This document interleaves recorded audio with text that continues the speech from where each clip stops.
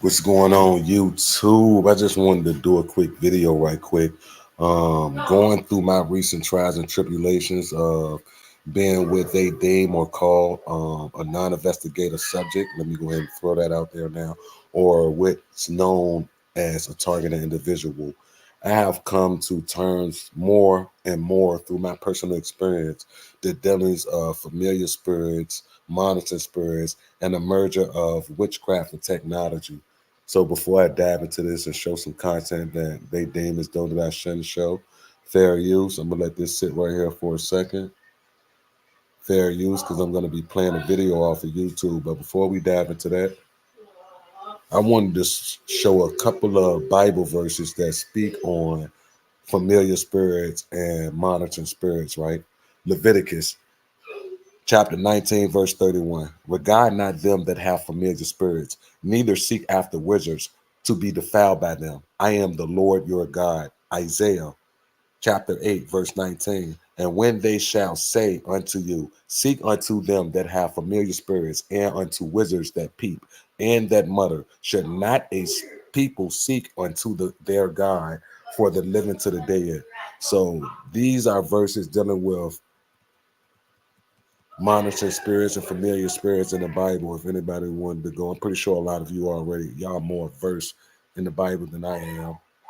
So Wikipedia, what they had to say about monitoring spirits or familiar spirits, right?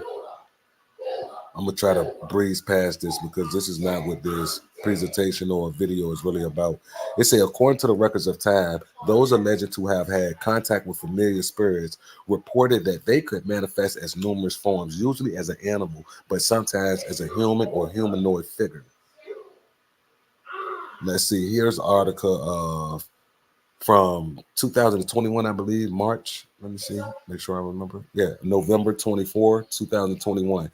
Now, we know that witchcraft is running rampant in today's society. I actually believe that witchcraft is more prominent in today's society than it was in the 16th century when it was probably at its peak, besides during the biblical times, though. But this is New York Times speaking about the merger of witchcraft and technology.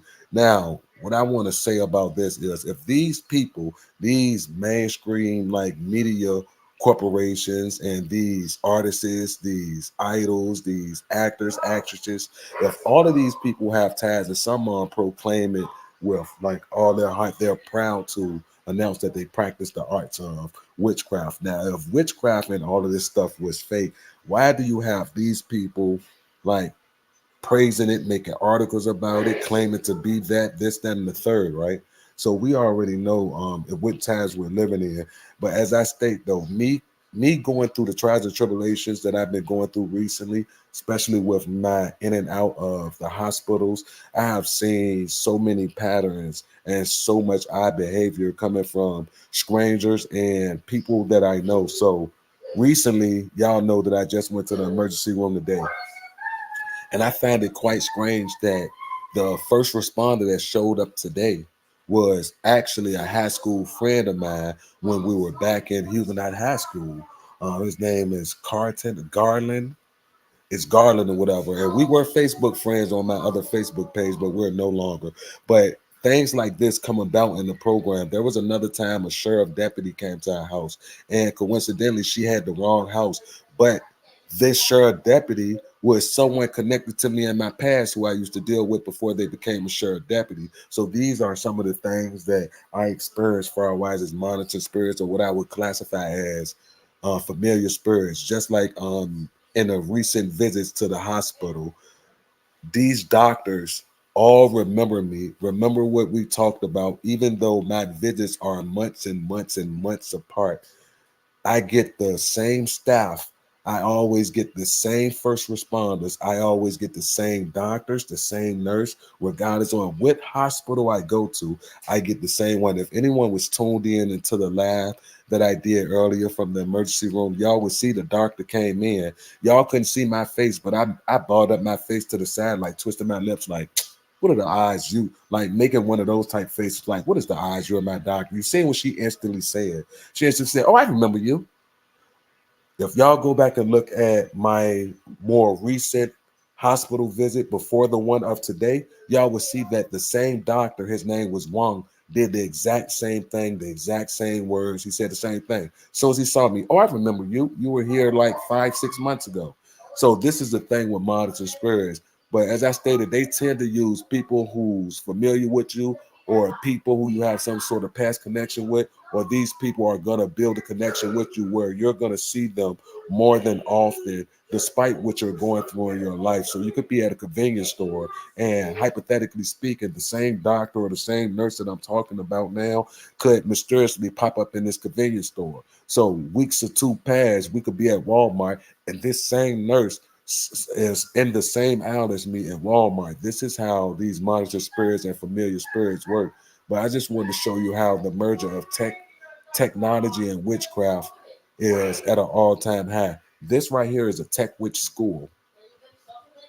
Yes, a school. It says tech solutions, impact, innovate, inspire, providing tech tools for a purpose-driven mission so we can enable entrepreneurs to build a better tomorrow. Either learn to do it yourself or easy to follow courses or find your match made in tech heaven by partnering up with one of our skilled and magical tech witches. So it's very prominent. What brings me to my next point though. While researching familiar spirits, I stumbled upon, which I've been knew about. I just, before I really got into this spiritual stuff or became a target individual, I heard about things like witches, Salem witch trials, even with the whole Teen Witch and Sabrina the Teenage Witch TV show. So it's always been part of my life, but I never gravitated to it or thought about actually researching to know this and know that. But the more I grow and the more I go through this program, I see how prominent it is in everyday life. So me reading up on it, I came across this article right here, and this is how prominent it is because this is from The Guardian. This article is from, I want to say, May 2022. Let's see if I can find the publishing date for it, or May 2021.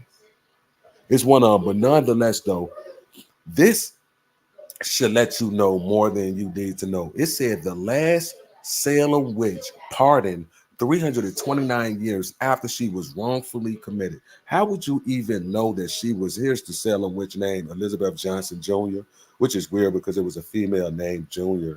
back in the day. So back then was weird times. It said who was sentenced to death in 1693. How would they even know that she was not guilty of being a witch? This is what I mean by the propaganda and how deceitful they could be, the devil and his minions, because they done dug up this. You would never believe who led the way for this. A eighth grade civic class actually led the way through litigation, going through court, and having this overturned. So we could say that they are the next generational witches and warlocks. Just read this right here. It say lawmakers agreed to reconsider her case last year after a curious eighth grade civics class at North Andover Middle School took up her cause and researched the legislative steps needed to clear her name. Why would a eighth grade civics class be interested in a Salem witch from the 1600s? Interested so to the point where they get her case reopened and get her pardoned. This makes absolutely no sense, especially for it to be in the mainstream media or on the news and things of this nature. That makes absolutely no sense. So if these people really didn't believe in it or witchcraft was all mumbo jumbo, why do these people go so hard for them? These same people who a lot of people look up to, as I stated, these basketball players, football players, actors, actresses, politicians, so on and so forth, all these false idols who have admitted to, you could find countless videos of all of these alleged famous people and idols, like proudly speaking on witchcraft and how they practice the dark arts. How is it so that it's bogus or it's not real? It has to be real. And the merger of the technology is strange because it really merges both worlds from the spiritual to the physical aspect. So we already understand familiar spirits from the spiritual aspect. When it comes to the physical, it only made the demons who I would deem as being possessed by these familiar spirits jobs easier, especially when they come out with technology as such, where they could use the Wi-Fi signals coming from your router to see through people's walls, making it easier for you to be monitored. But I wanted to this is the icing right here. I wanted to dig into this video right here. 5 major signs you're being watched by monitored spirits. I'm pretty sure a lot of us is going to be able to relate to this. So as I stated in the beginning of this, for YouTube purposes, fair use, because I get a lot of copyright strikes when I try to review videos for some reason. Monitoring spirits are demonic entities sent by the devil to gather information about individuals. This is because the devil relies on information to strategize how he can best attack you. If there is one thing the devil is very good at, it's patience. He knows how to take his time, plan, and then launch. And the truth of the matter is, a vast majority of people are being monitored by the devil, but are just not aware of it. In this video, I'm going to share 5 major signs that you may be under surveillance from these spirits, but you aren't aware. So without wasting your time, let's get started. Sign number 1, the constant feeling of being watched. The first sign that a monitoring spirit might be after you is an unexplained sense of being watched or followed. Have you ever been somewhere alone, but yet you suddenly feel like someone or something was staring at or following you? Now, I'm pretty sure all of us have a story similar to this one, what he just said. I'm pretty sure once we heard that, we all could resonate with it. I still get that feeling to this day. No, for the trolls, it's not paranoid schizophrenia. Maybe it's just something that you guys are not. I guess you guys lack discernment or something of the sort for those who would like to troll in that sense. But I'm pretty sure that a lot of us has felt this and probably still go through it to the day. It's to the point where you'll get cold chills. Um, it's just spooky, like the hair standing up. You may even hear a creak or on the floorboard as if someone's walking. I know y'all probably experienced this, seeing like shadowy figures out of your peripheral vision, but when you turn your head, there's nothing there. I experienced all of this to this day. I still go through it. Then you look around but find nothing. But down deep you have this nagging feeling that something is watching you. At first you might think you are just imagining things, but no, it's not always the case. This actually happened in the Bible. In the book of Job, chapter 4, verses 12 to 16, a young man named Eliphaz described a frightening scenario he had that illustrates this phenomenon. He said, "A spirit went past my face, and the hair on my body stood up. The spirit stopped, but I could not tell what it was." I didn't want to interrupt that, but I just want to interject. The feeling I get is, as I said too, though, is the cold chill. I get like it gets cold in a certain area in the house, and it's hard to explain. It's something that you really would have to go through to understand what I mean by that. And as he said, though, you would think that it's all like, how could I say this for YouTube purposes to keep it clean? Baloney, or you'll think that you'll be seeing something, and then you will notice an increase in it that is keep happening time and time again, that you keep seeing this figure or this movement out of the peripheral, or getting the feeling that someone is literally watching you or standing behind you. A form stood before my eyes, and I heard a hushed voice. Eliphaz sensed a presence, heard whispers, and felt the spirit go past and stopped in front of him. He knew there was something around him, yet he wasn't quite clear what it was. That is exactly how monitoring spirits work. Let me explain. Even though you are a physical human being, you have a spirit that dwells within you. So even though you are physically awake, your spirit man is also able to sense spiritual activities around you. The Bible calls this the spirit of discernment. This is how Apostle Paul was able to tell that the little girl who had followed.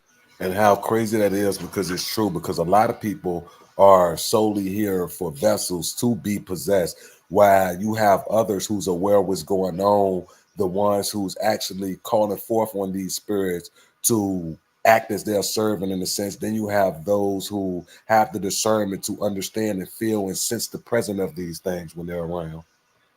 So those are the 3 categories right there. You have those who are here to actually just become vessels and to be used by these spirits. You have those that call forth on the spirits, and you have those who can see, sense, and feel the spirits. Followed him in Acts chapter 16, was operating from a demonic spirit. If you keep having a sense of a negative presence around you, It is important to take time and seek God in prayers, because these evil spirits like to go undetected. 1 Peter 5 verse 8 states, "Be sober-minded, be watchful. Your adversary the devil prowls around like a roaring lion, seeking someone to devour." Just as a lion scopes out a herd to find the most vulnerable target, monitoring spirits surveil our lives looking for any susceptibility to sin, discouragement, or destruction that the enemy can exploit. See, that's a part right there that hit me the hardest because I'm what you would call an advocate smoker. I still indulge in marijuana, which I'm in the process of quitting now because speaking from, my point of view, it like lowers your awareness, your discernment, especially if you're a advocate or a casual drinker.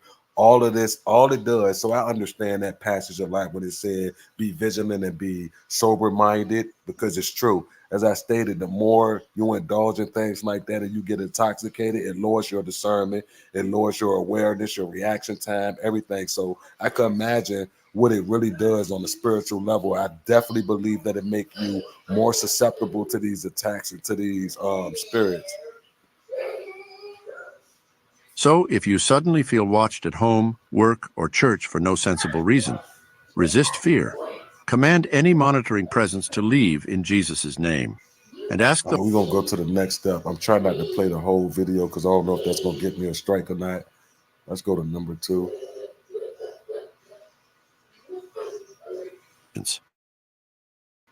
He knows how to take his time, plan fear. Sign number 2, constant intrusiveness from others.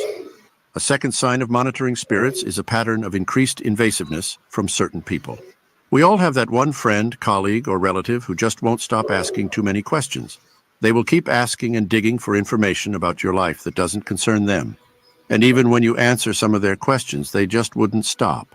They will keep digging for further information than necessary.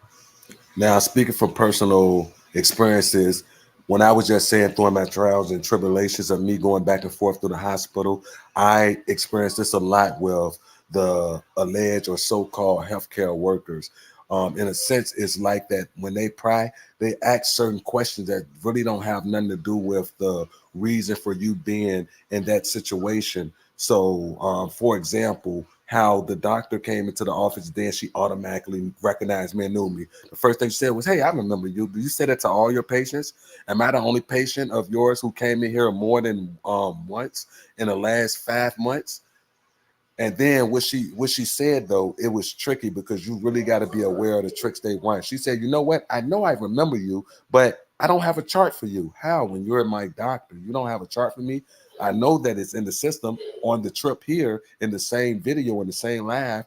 The EMTs even verified that when they were communicating with the hospital and they looked up my background right there while I was strapped to the gurney. They told y'all over the phone what my background is. So for me to get here and you to say you don't have my chart, so her next thing was to say, "What was you in here about next time?" And that's to get me to how I took it was because the last time I was up in there, I told them that I believed that I was hypersensitive to EMF waves and things of that nature. So, but I noticed that when I was in there and I spoke on that, they instantly shot back with mental health questions, like in a non-passive, I mean, in a passive aggressive way. So when I said that, one of the doctors or nurses shouted out, well, I hate to ask you this, but have you ever been committed?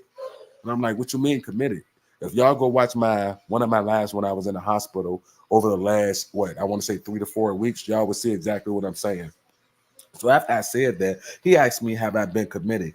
After he asked me that, the lady from triage came in there. She said, "I'm sorry I gotta ask you this, but so and so, this is part of our policy." And she literally like hit me with so many mental health questions because I said what I said. This is how I took it. But as I stated, this right here is truth right here. How they just want to collect intel, ask you questions. Even when you answer their questions, answering those questions isn't enough for them. And they just want to pry more and more and more, collect more information to go back to their handlers or necromancers or whoever it is that they're going to be reporting this to. I just found it all fishy, and these are patterns that I'm noticing in my own life going through what I'm going through. You know what's happening. The devil is indirectly using them without their knowledge to gather more intel from you.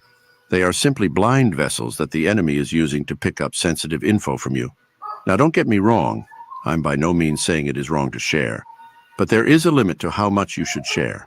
Be wary of those digging for sensitive information, particularly if they fail to share freely about themselves too.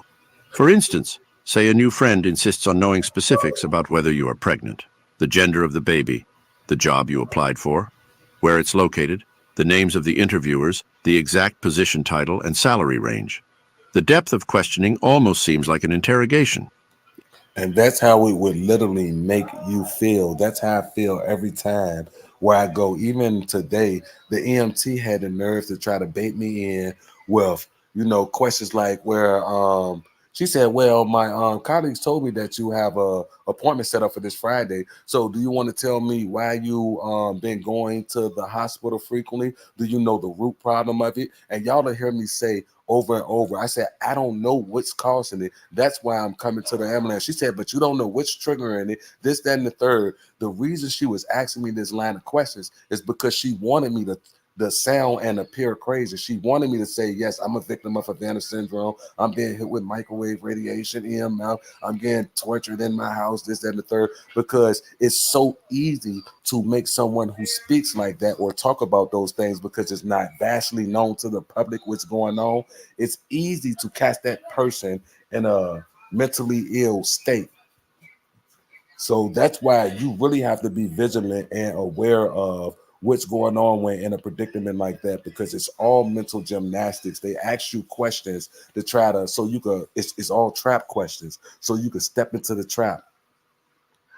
If your spirit tells you this person's inquiries are not coming from a place of care or accountability, And that's how it be. That's exactly how it be. If you're smart enough and you got the power to discern and it's just naturally in you, at that point, the questions they ask allowed me to know how to answer them without sounding like a nut job. So the whole time I was in the hospital or anytime I go, I refuse to speak on Havana syndrome or targeting or EMF or any of that because I already know from previous experience that every hospital that I went to when I mentioned it, it always followed up with mental health questions. So now I just don't speak on it because I see the traps. It's so obvious what's going on. I already know what angle y'all guys are approaching me at and taking. be on guard. Persistent invasiveness can point to a monitoring spirit.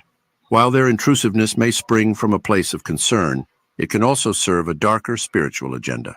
Scripture warns to walk in wisdom towards them that are without, redeeming the time because the days are evil. An overly intrusive person may be a willing or unwilling conduit of information for the enemy. Their nosiness provides data for spirits assigned to analyze your vulnerabilities.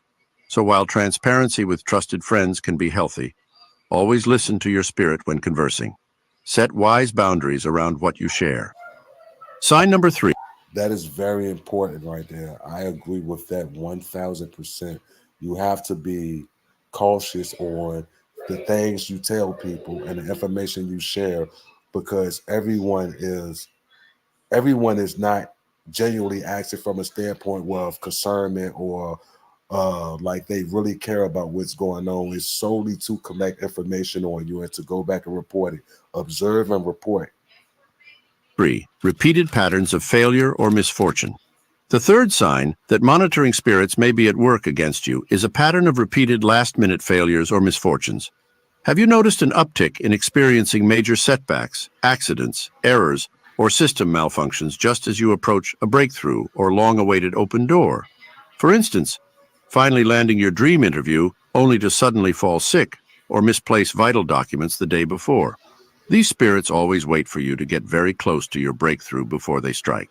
While See, look, I see I have a story for each one of these, right? So when my targeting became overt in 2004, and a lot of you may know or may not know because I understand I got a lot of new subscribers and things of this nature. But 4 years ago, I was actually hustling and dealing with marijuana or whatever, whatnot. When my targeting became overt, I literally thought that it was the feds, something like that, trying to build a case on me. So after I gave that up, right? I started setting my sights on getting a job. It was one job in particular that I wanted, and I was voicing and talking about a lot. I wanted to be a driver for Amazon because one of my friends worked up there. The money was good, the hours was okay. The only thing he used to tell me about is how many packages you have to deliver and the quota you got to meet that day, right? So I'm filled with glee about it because I just know that I'm going to get it because my friend is putting me on with it, got my license and everything. So I applied for the job, got called for the interview,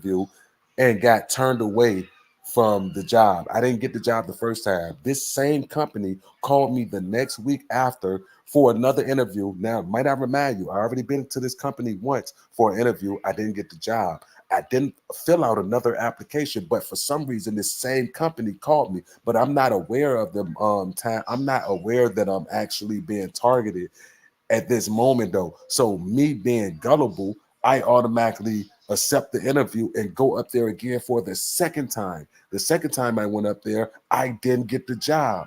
It was only the third time where this company called me the following week and offered me another interview, and I just didn't go overall because I knew something was weird. I still at this point didn't know about the surveillance program or the COINTELPRO program that is actually going on with me. It's only later after I kept seeing these weird patterns go on and go on. So that was something that definitely, like, it would, anybody who has discernment of common sense would be able to tell that, wait a minute, something ain't right, bro. The same company I didn't even apply for. I just went up there last week and they said I ain't get the job. Why would they be calling me back? So we're gonna go up there this time. Hopefully I might got the job. That's what it's seeming like, because they called me back for another interview.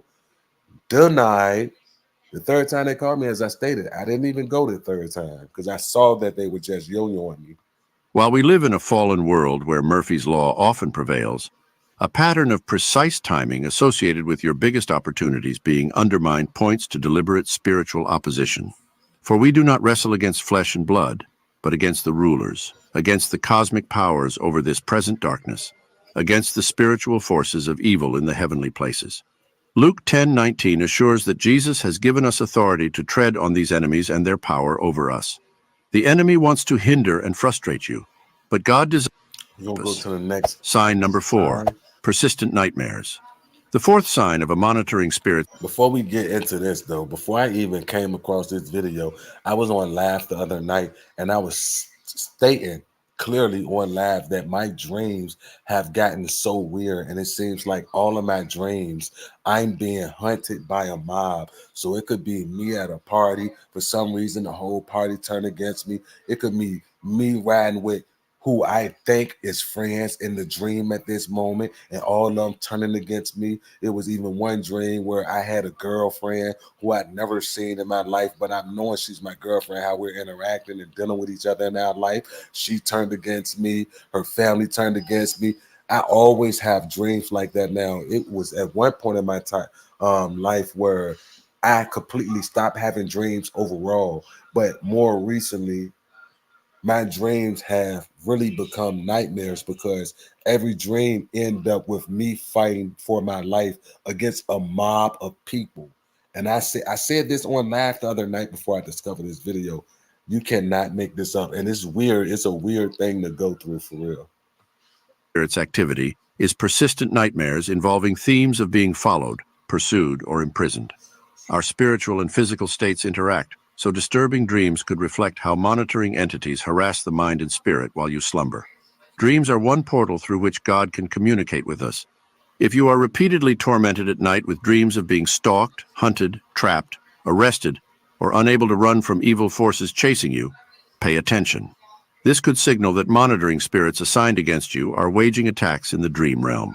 Just as God plants dreams, visions, and prophetic words in our spirit, the enemy also seeks to sow demonically inspired nightmares, carrying fear, torment, confusion, and discouragement.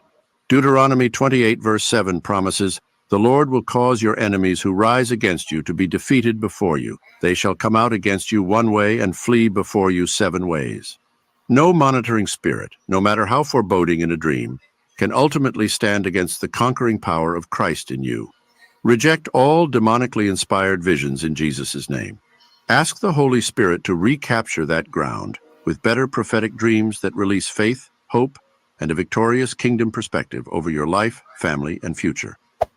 See, and that reminds me of the part of this video or lab that I'm doing about the merger of technology and witchcraft, because it actually gave people the ability to mimic witchcraft in a sense that they feel as though that they're witches, or one could deem that they are, because it's unnatural for technology to be made. For example, we have technology that could interpret your dreams, read your dreams. We see this technology growing more vast and quick as ever, and you could tell that it's really witchcraft, because if it wasn't and they cared about, the intrusiveness, or even, I mean, the privacy of our dreams and our everything, our thoughts, whatever, then there would be certain things placed in, there would be certain barricades in place to prevent this. But it's literally an open market.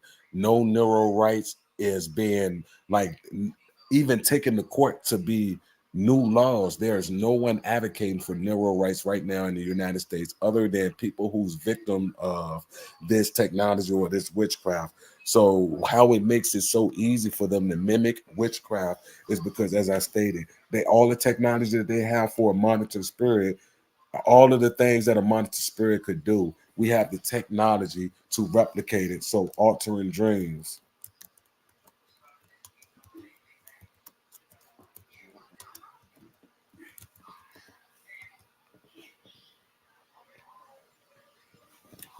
So here we go. They got patents for everything. I mean, you just type it in and it will pop up. Now somebody literally had to get this patent, like they had to get the rights for this patent in order for it to go through. They had to show that it worked and things of that nature, though.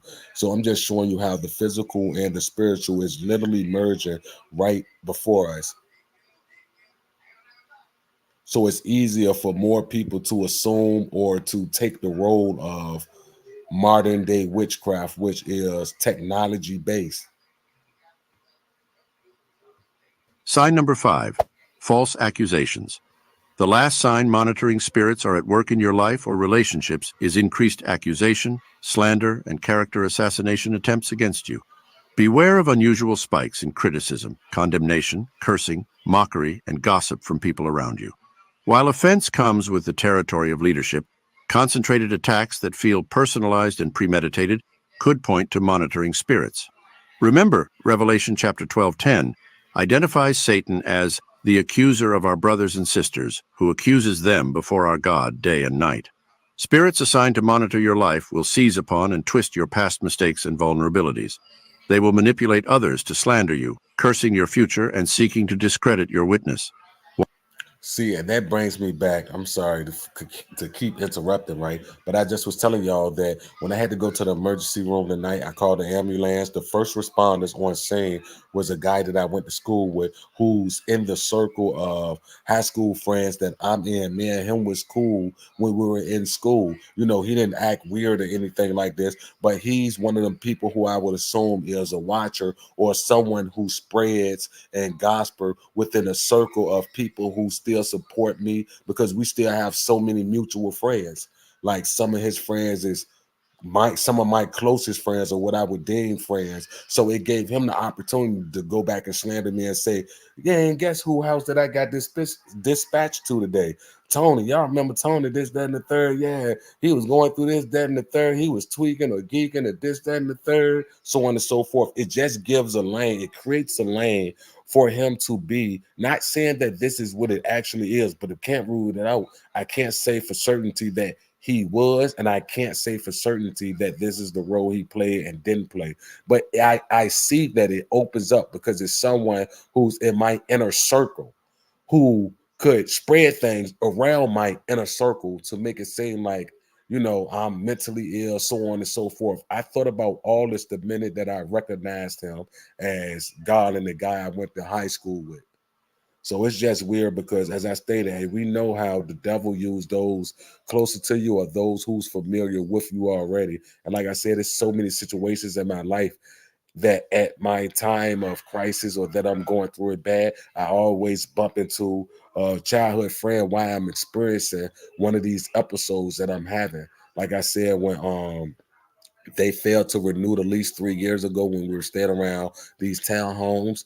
The sheriff that showed up on scene was a girl that I used to talk to before she became a sheriff. And I just see these repeated people again that I have a long-standing history with that's connected to all of us grew up with the same inner circle going back and forth to school. So it just makes it easier. And when it happened 2 years ago, and we were staying at hotel to hotel for about a month, when I was outside in the parking lot after I had to get out the hotel room because the attacks had started. When I get downstairs, who do I see pull up in the big 18-wheeler truck? Greg Plummer, another one of my football classmates. We were on the same football team at Huguenot, things of this nature. Somebody who I looked at as still being cool with me after we got out of high school, and being that we are social media friends and things of that nature. So it's just weird how closely connected some people could be when you're going through these trials and tribulations. So I don't find that to be coincidental at all. Me personally, I could be wrong. I know that there's a chance that I could be wrong. I'm not saying that I'm 100% right. It just appears that way to me. Why? Ultimately to poison your image, shipwreck your faith, and sideline you from fulfilling your God-given purpose. Romans 8 verses 33 to 34 assures us, "Who shall bring any charge against God's elect? It is God who justifies. Who is to condemn? Christ Jesus is the one who died, more than that, who was raised, who is at the right hand of God, who indeed is interceding for us. Take heart. No accusation can withstand the power of the cross. Jesus' blood speaks a better word over your life than any curse or criticism. Declare by faith that no weapon formed against you shall prosper. Then walk free from condemnation into the righteous identity Christ purchased for you. Thank you for watching. If this teaching blessed you, hit subscribe. Yeah, so I just wanted to get on here and speak about my experiences with what I would deem familiar spirits going through, as I stated again, my trials and tribulations as of recently. Because before this, I wasn't, if you were following my channel, you see that I wasn't taking so many trips to the emergency room. But as I stated, the harassment, the targeting, everything has elevated and increased tenfold. And as I stated, I just find that it's fairly odd on all of the connections that keep going on. So since I've been over here in this new apartment, we haven't even been here for a full month yet. We moved in February 3rd. Since then, I had to go to the ER 3 times. Each 3 times I call, the first responders are the exact same first responders. Every time that I went to the hospital, no matter what time, what hour, what day it is, or what hospital, the doctors seem to remember me, even though I only been there one time prior to the last 5+ months. So for them to say that they automatically recognize me and know what I've been going through for like upon seeing me, one would have to think, well, do you remember all your other patients? Like, why did I stand out so much to the point where you remember me exactly what I was up here for, what we talked about, and how is it that you studied me or remember me that well? So yeah, that'll wrap it up for this video, man. As I stated, man, familiar spirits, I could kind of speak on it more now from me going through what I've been going through, and it just opened my eyes to certain individuals, certain things, certain information that I disclose to certain people, how I want to conduct myself in the future, who I want to put myself around, so on and so forth, man. So monitoring spirits is definitely a real thing. The merger of technology and witchcraft has made it much more easier for them to harass, stalk, monitor, surveil on a physical aspect. So it gives the people who's not even real witches the abilities of being a witch, if you understand what I'm saying. So these people who don't even have to practice the witchcraft, they still have the technology needed to mimic everything that witchcraft is, or monitoring spirits do, for that sense of the matter. They have the technology to listen to your thoughts, to code your thoughts, to manipulate your dreams, to plant voices in your head, to have cause you to have all these elements. Back in the day, witches would have to concoct potions of a sort to get a certain effect. with the technology today, they don't have to do that. It's mimicking all of that. So they could just, if they want someone dead or to die of a heart attack or to die of cancer, they have technology that would replicate all of that. So this is where this modern day witchcraft has like revolutionized. It evolved to a sense where it's only going to become more rampant, because after a while that the basic witchcraft is going to die out, and the main focus is going to be tech witches. I promise you, that's where we're heading at right now. Technology mimicking witchcraft, or technology actually being used for witchcraft, all the same, however you view it. So yeah, I just wanted to make this video. I didn't even expect it to be 40 minutes long. I appreciate all who stopped by to visit and watch the live as I conducted it.